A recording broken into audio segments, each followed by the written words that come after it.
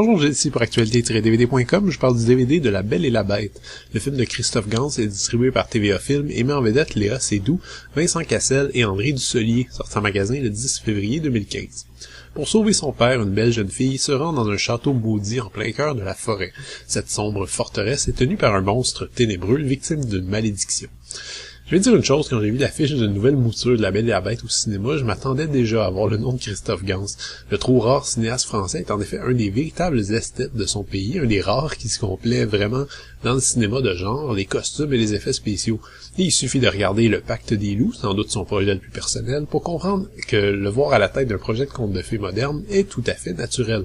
Bref, c'est sa place, et on sent bien son confort et sa maîtrise du genre tout au long du visionnement. Cela dit, Christophe Gans a aussi un grave défaut, c'est de pas savoir quand s'arrêter, de verser rapidement dans la surenchère et d'abuser parfois de la liberté que lui donnent les effets spéciaux digitaux.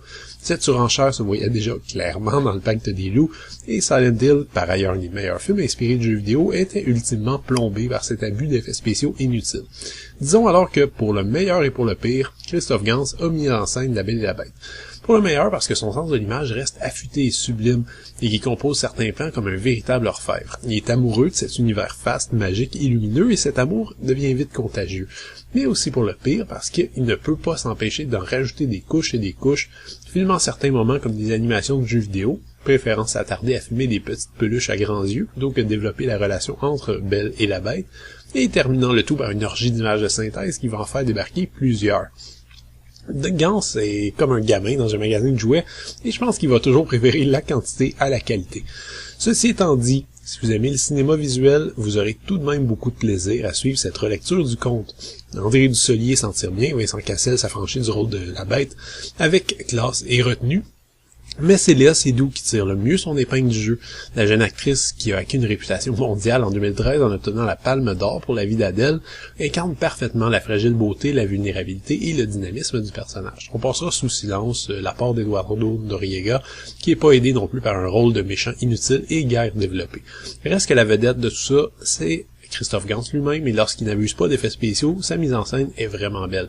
Les plus érudits retrouveront des clins d'œil visuels abondants, de La Belle et la Bête de Jean Cocteau, dont le design de la bête est à peu près identique, jusqu'au Legend de Ridley Scott pour les décors.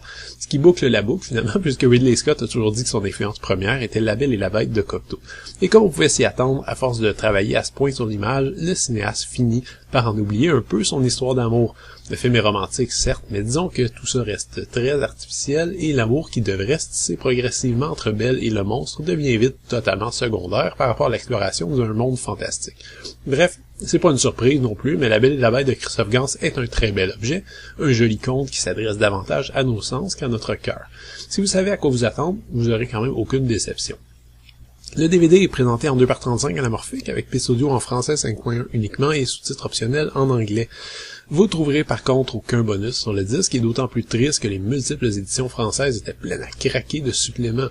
Quand on connaît l'intérêt de Gans pour l'interactivité, disons qu'on reste sévèrement sur notre faim. C'est un vrai bonheur que de revoir quand même Christophe Gans à la barre d'un projet aussi ambitieux. Je ne m'en étais pas rendu compte, mais à la lecture de sa filmographie, on constate qu'il n'aura à son actif jusqu'à présent que 4 longs-métrages, ainsi qu'un segment de l'anthologie d'épouvante Necronomicon. Pour un cinéaste aussi talentueux, c'est très peu. Ceux qui ont suivi sa carrière ne seront pas étonnés de retrouver son amour pour la surenchère et l'esthétisme, et en tant que tel, La Belle et la Bête est exactement le produit de son auteur.